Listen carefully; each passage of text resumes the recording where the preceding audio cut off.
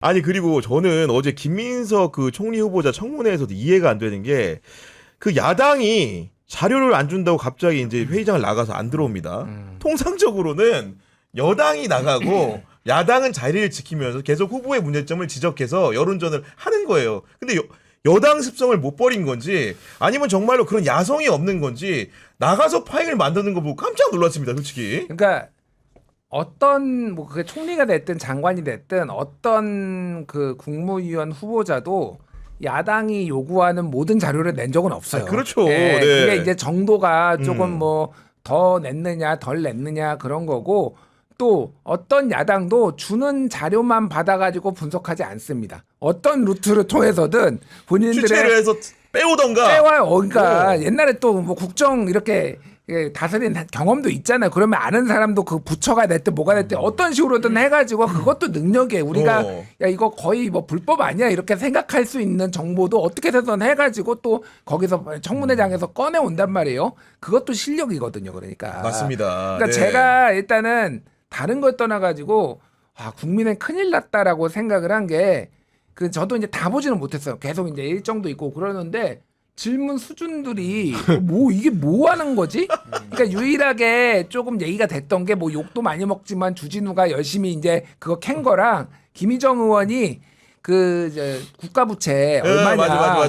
그거 빼놓고는 예를 들면 이런 볼 게 거예요. 없어. 박주택 의원은 뭐라고 했냐면은 자 총리가 됐으니까 의원직을 내려놓을 생각이 있으니까 지금 우리나라는 사실상 의원 내각제처럼 장관이나 총리가 되도록 의원직 겸직하고 있잖아요. 저는 이거는 고쳐야 된다고 생각하는데 솔직히 네. 어쨌든 그럼 이게 뭔가 후속 질문이 있어야 될 거 아니야. 이렇게 장관들이 많이 들어가가지고 국회가 이렇게 많이 되는 게 뭐 맞습니까?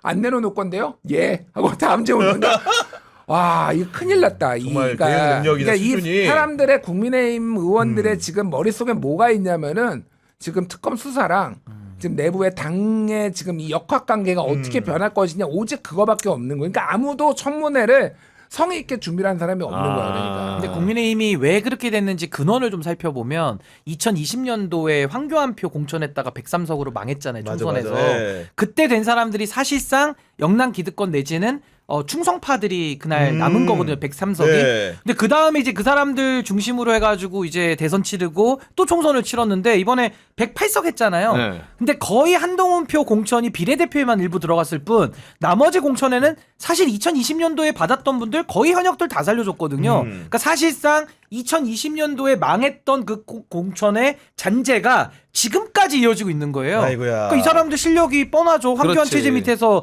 그 공천 받았던 뭐 아부나 이런 거는 끝내줄진 모르겠지만 나머지 역량은 다 낙제인 거예요. 근데 그 사람들이 한동훈 거치면서 한번 또 살아나고 이제 윤석열 탄핵까지 거쳐가지고 자생력을 가지고 뚫고 나가야 되는데 그게 되겠습니까? 그러니까 저는 이제 국민의힘은 영남당으로 이제 소멸되는 거고 이제 수도권 뭐 당일 수도권은 이제 거의 멸망이고 그다음 강원, PK 여기만 정리되면 이제는 TK 지역으로 쪼그라드는데 이것도 무서운 건 뭐냐면은 뭐 TK도 표 몇 개 놨습니까? 민주당이 이제 20% 30% 올라오고 있죠. 거기다 뭐 개혁신당을 중심으로 해서 아마 TK 쪽에서는 또 다른 뭐 보수의 하나의 어떤 움직임이 또 있을 거예요. 내지는 탈당자들 나오잖아요.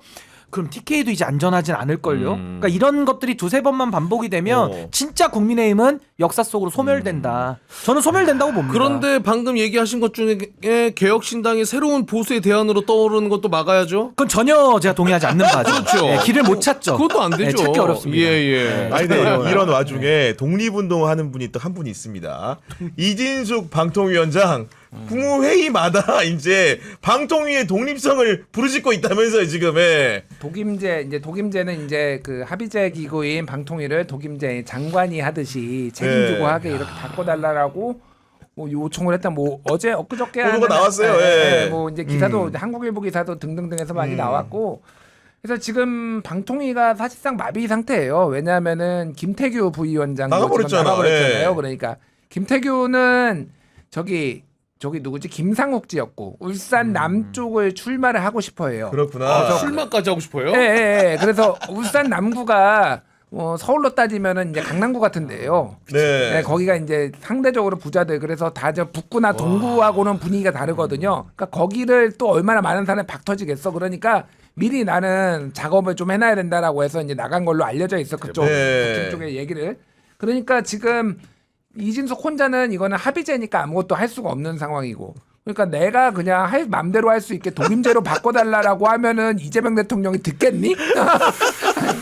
그러니까 지금 뭐 얘기 나오는 거 그 최민희 의원도 최근에 어저께 네. 뉴스와이킹가 얘기를 했는데, 그러니까 학자들도 그 얘기를 하고 있고 방통위 이 방식은 좀 안 되는 것 같다. 방통위라는 위원회 자체를 바꿔야 된다. 그러니까 이게 이제 이명박 정부 때 최시중이 초대 위원장 하면서 맞아요, FCC 맞아요. FCC 네. 모델로 제가 그때 방통위 출입도 하고 그랬거든요. 오. 초대. 그래서 약간 그런 상황인데, 그러니까 아예 방통위를 없애자라는 얘기도 있어요. 없애자. 네, 그래서 자, 문체부 가서 하듯이. 그러니까 그냥 옛날로 정보통신부처럼 정보미디어부라는 거를 아예 만들고, 그러니까 오. 학자들이 주장한 거예요. 이거는 네. 정부, 그러니까 저기 민주당이나 당에서 저기 정부에서 공식적으로 나온 게 아니라, 그리고 방송 쪽은 공영방송위원회라는 거를 따로 만들어. 옛날에는 방송위원회가 문체부 산하에 있었어요. 문체부 이제 방통융합으로 인해서 방통위를 만들면서 문체부 산하에 있던 방송위원회를 합쳐가지고 이렇게 정보통신부에서 떼와가지고 만든 거거든요. 다시 옛날로 돌아가자는 거예요. 그러니까 없애버리고.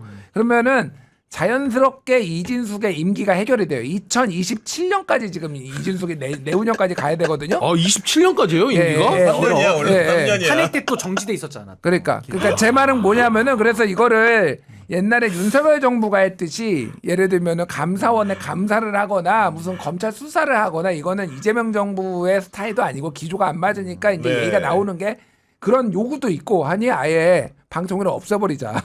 이제 그 얘기가 다시 나오고 있어요. 지금. 아니 그리고 이제 합의제 기구라는 게 구성이 이제 중요한 건데 5인 있지 않습니까? 그 중에 하나도 방통위원장인 거고 대통령이 2명 지명하고 방통위원장 포함입니다 원래.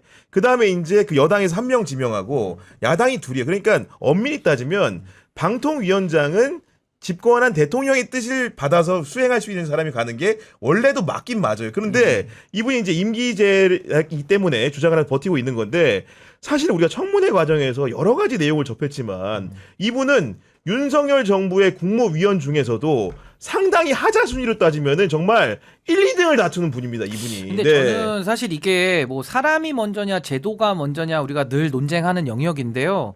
사실 우리 헌법이 잘못한 건 많이 없어요. 제도는 헌법도 괜찮습니다. 그리고 방통위법도 그 제도 자체가 저는 나쁘다고 생각은 안 해요. 근데 문제는 뭐냐?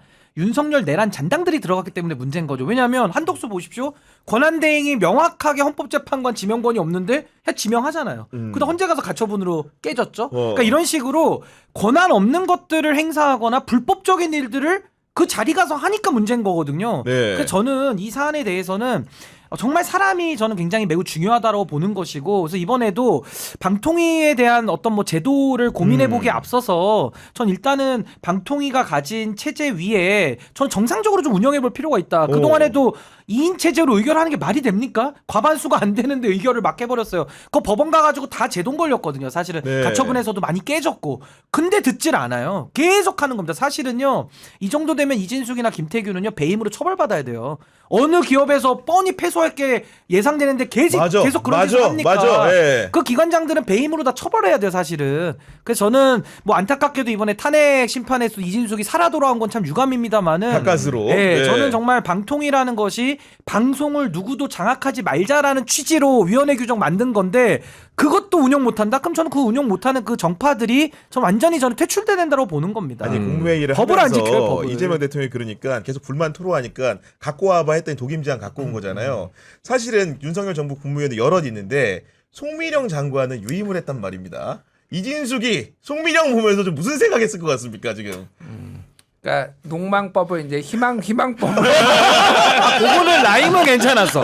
욕망을 희망으로 바꾸더라고. 와, 그거 생각 못했다. 레전드였어. 보통 아닙니다 진짜. 레전드였다고. 예. 그 정도는 해야지 살아남는다. 진짜 레전드였어, 아니, 레전드 진짜. 양쪽을 다 욕먹고 있는데 어쨌든 그 정도는 해야 되는데 우리 진숙이 언니는 지금 대구 노력도 안 하고 말이야, 그러니까 지금. 대구 시장에 출마할 생각이 머릿속에 가득한 걸로 네. 국힘 쪽 얘기들만 그러면은 사실은 그렇게 협조해가지고 이 정부랑 하는 게 아니라 이 정부하고 세게 붙어가지고 싸우고 깽판 치고 나오겠다. 잘리거나 예를 들면 그러면 난 이 정권하고 싸웠다라는 그 타이틀을 가지고 뭔가 비벼보려고 하는 거라서 그거 약간 옛날 스토리. 알량하다 예, 알량해. 어쨌든 예. 목리를 부릴 가능성이 상당히 높아요. 예. 아니 그 대구시장은 너무 경쟁률이 치열해. 그러니까 지금 한 100대 1 뚫어야 될 것 같은데. 아니 이진석 위원장은 제가 빵 한 1000개 사드리면 안 됩니까? 나가시는 조건으로 1000개 정도는 제가 사드릴 수 있을까? 나가신다고 하면. 제가 파리바게트 1000개. 일 오래 했으니까 진짜 크림빵 1000개. 할인 받는 방법 다 알려드릴게요. 예. 제 통신사 카드도 이용해 드릴게요. 알겠습니다. 그리고 이제 저희가 설문조사를 진행을 하나 했는데 김건희가 우울증을 이유로 병원에 입원을 해 있는데 특검이 소환 통보하면 나올까요 안 나올까를 이제 단답형으로 드렸더니 불출석한다는 의견이 58%, 출석한다가 42%. 근데 의외로 팽팽하네요. 왜냐면은 우리 윤석열 상황 보니까 이제 그 김건희가 안 나올 수가 없을 것 같다 이런 의견도 있다 보니까 생각보다 나온다는 분들도 많이 있네요. 험한 꼴 당할 수도 네. 있어요. 김건희 잘못. 그러니까요. 네. 두 분 보시기에는 뭐 김건희가 그래도 순순히 나올 거예요? 아니면은 뭐 병원으로 오라고 할까요? 아니면 뭐 어떻게 기타 등등 핑계를 댈까요? 근데 저는 네. 이 윤석열 김건희 부분은 이 전략적 인내를 정말 시험하는 것 같아요. 국민들이 언제까지 참아줘야 되느냐. 저는 거의 땡깡 수준으로 보기 때문에 저는 이제는 더 이상 말을 섞을 단계는 아닌 것 많이 지난 것 말 없이 같아요. 그냥 탁 아니 왜 가버린다. 다른 예. 국민들한테는 왜 그렇게 전략적 인내 안 시켜줍니까? 다 법과 원칙대로 집행해요. 이런 경우 없어요. 맞아요. 전 네. 그냥 일반에 준해서 처리하면 될 일이지 이런 게 전 뉴스에 올라오는 것도 불쾌합니다. 그냥 원칙대로 처리 안 하니까 자꾸 뉴스에 올라오는 거거든요. 그냥 원칙대로 하면 돼요. 맞아요. 오늘도 많은 분들이 소환에 불응했을 때 어떻게 처리하는지 일선 경찰서에 문의해 보시기 바랍니다. 다 처리해 줍니다. 영장 발부 받아서 바로 데리고 오죠. 그대로 하면 돼요. 네, 쉽습니다. 가장 맞습니다. 중한죄를 저질렀는데 왜 가장 큰 특례를 줘야 되느냐? 그렇죠. 전 정말 뚜껑 열리는 일입니다. 진짜. 알겠습니다.